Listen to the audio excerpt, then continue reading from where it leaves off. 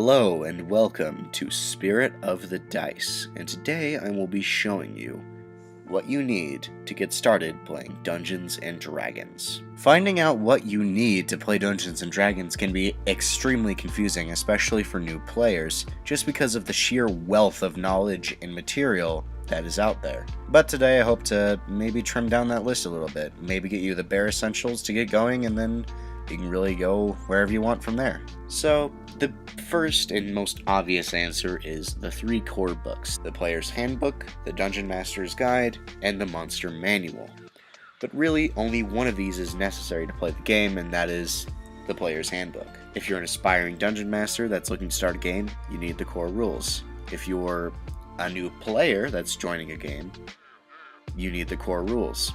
Getting a copy of the Player's Handbook is probably the best way to get started. The next two core rulebooks, the Monster Manual and the Dungeon Master's Guide, should probably be purchased in that order, because the Dungeon Master's Guide is really just a few clarifications and notes and tips for Dungeon Masters. Most of this is information you can get for free through YouTube tutorials or other means like that, whereas the Monster Manual is more in-depth information about beasts and creatures you can pit your players against. But if you're working on a budget, you can always download the PDF of the basic rules from the Wizards of the Coast website.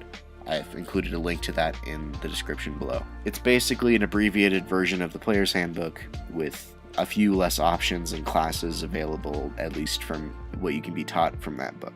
Another option for players who are not sure if they want to fully commit but are willing to dip their toes into the water of Dungeons & Dragons is the starter set. The starter set is about $20.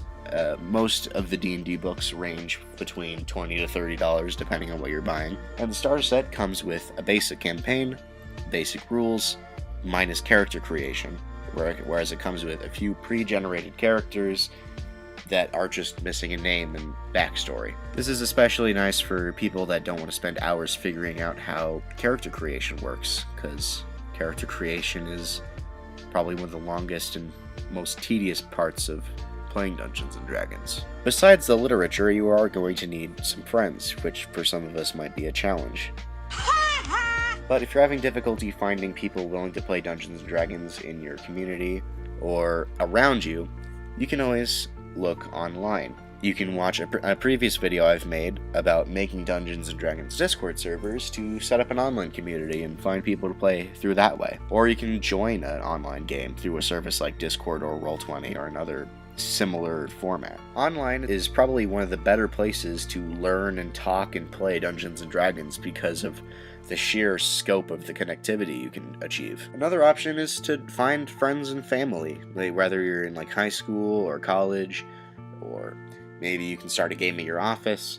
There's many ways that you could find time and friends to play. Really, it just comes down to asking enough people and finding the right people to play with. The next segment is dice. Dice are one of the more interesting aspects of Dungeons & Dragons because you would expect it to be really simple. You just get some dice, but people like to make it more complicated than it needs to be realistically. Basically, you can find Dungeons & Dragons dice for about $10 on Amazon. And you know, it's dice. It's hard to goof up dice. However, if you don't like physical dice, or if that's not going to work, there are other methods. There is a cell phone app that's just called Dice. That's the one I use. However, there's hundreds of dice rolling applications. You can even ask Siri to roll dice for you. There's also features like the Sidekick bot for Discord, which I've also talked about briefly in the Discord video. Next thing you're going to have to worry about is a storyline or a campaign. If you purchase the starter set, you get a campaign right out of the gate. Phandalin is a great starter town, and there's lots of little side quests and interesting things to explore. You can even just use the first few plot hooks and then go wherever you need to go from there. That's usually what I do when starting a new campaign. However, if you don't have that option, there's lots of free campaign ideas for players at various levels, or you can just come up with your own.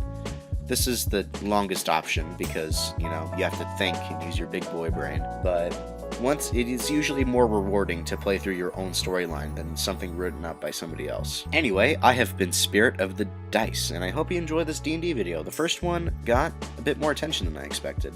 70 views and 3 subscribers after one video isn't that bad, I guess. This channel was originally started as a side project, and now that's getting more attention, I'm considering spending more time on it, at least trying to get one video out per week.